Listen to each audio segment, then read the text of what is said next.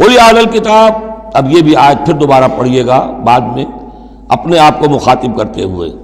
کہہ دیجئے اے نبی، یا اہل الکتاب، اے کتاب والو، لستم علی شیء، تمہاری کوئی حقیقت نہیں ہے، تمہارا کوئی مقام نہیں ہے، تمہاری کوئی جڑ بنیاد نہیں ہے، تم ہم سے ہم کلام ہونے کے مستحق نہیں ہو، تمہیں ہم سے دعا کرنے کا حق حاصل نہیں ہے،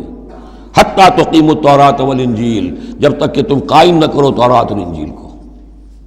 وما انزل الیکم من ربکم، اور جو کچھ نازل کیا گیا ہے تمہاری طرف تمہارے رب کی طرف سے۔ اب یہاں پڑھ لیجئے، یا اہل القرآن لستم علی شیء حتی تقیموا القرآن وما انزل الیکم من ربکم،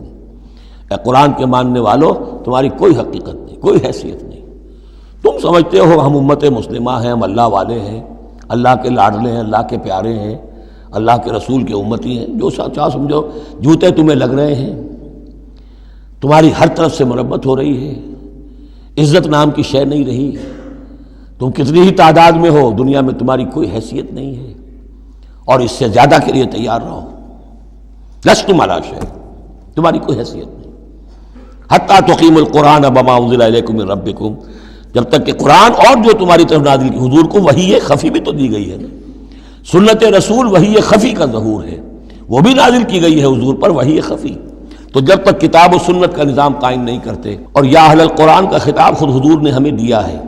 میرا کتاب چاہے مسلمانوں پر قرآن مجید کا حقوق، اس میں یہ حدیث موجود ہے، اس میں حضور کی وہ الفاظ ہیں، یا اہل القرآن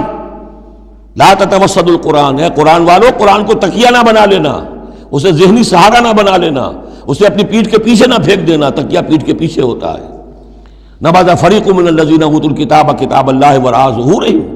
لا تتوسدوا القرآن، بلکہ کیا کرنا، یا اہل القرآن لا تتوسدوا القرآن واتلوہ حق تلاوتہ فی آناء اللیل والنہار، پڑھا کرو اسے رات کے اوقات میں بھی، دن کے اوقات میں بھی، جیسے کہ اس کے پڑھنے کا حق ہے، وافشوہ، اسے عام کرو، پھیلاؤ، اس کی دعوت جو ہے پہنچاؤ، وتغنوہ، اسے خوش الحانی سے پڑھو، اور اس کو دولت کو سمجھو کہ یہ سب سے بڑی دولت ہے، تغنوہ، اسے سمجھو کہ اصل دولت یہ ہے، وتدبروا فیہ لعلکم تفلحون، اور تدبر کرو، غور و فکر کرو، اس کی گہرائیوں میں غوطہ دنی کرو تاکہ تم فلاح پاؤ۔ قل یا اہل الکتاب لستم علی شیء حتی تقیموا التوراۃ والانجیل وما انزل الیکم من ربکم ولا یزیدن کثیرا منہم ما انزل الیک من ربک طغیانا وکفرا، لیکن اے نبی یقیناً ان لوگوں کی تو بہت سی بڑی تعداد، اکثر لوگوں کو جو کچھ آپ کی طرف نازل کیا گیا آپ کے رب کی طرف سے، اس کی وجہ سے ان میں اضافہ ہوگا، ان کی سرکشی میں، ان کے کفر میں، ان کی طغیانی میں، ان کی آگ جو ہے بڑھتی چلی جائے گی، حسد کی آگ، اس میں وہ مزید جلتے چلے جائیں گے۔ فلا تأس علی القوم الکافرین، تو آپ ان کافروں کے بارے میں اب افسوس نہ کریں۔ نبی چونکہ نہایت رحیم اور شفیق ہوتا ہے تو ظاہر بات ہے کہ وہ لوگوں پر عذاب کو پسند تو نہیں کرتا،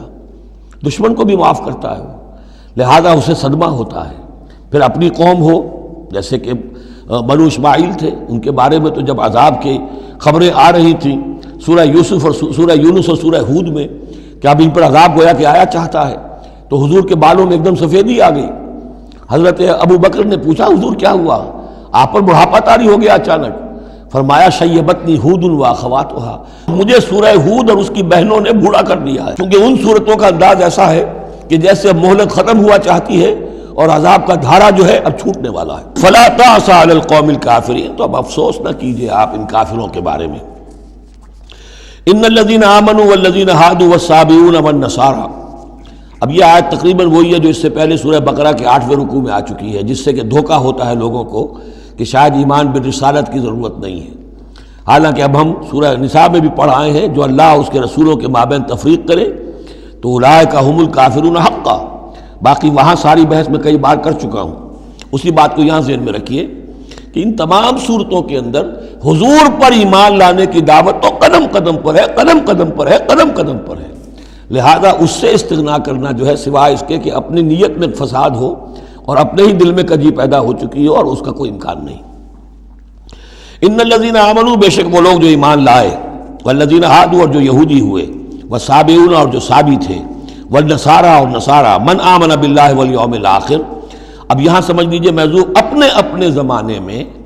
جس نے بھی جو ایمان لایا اللہ پر اور یوم آخر پر اور اس نے عمل کیے اچھے، فلا خوف علیہم ولا هم یحزنون، تو ان پر نہ کوئی خوف ہوگا نہ وہ حزن سے دوچار ہوگا۔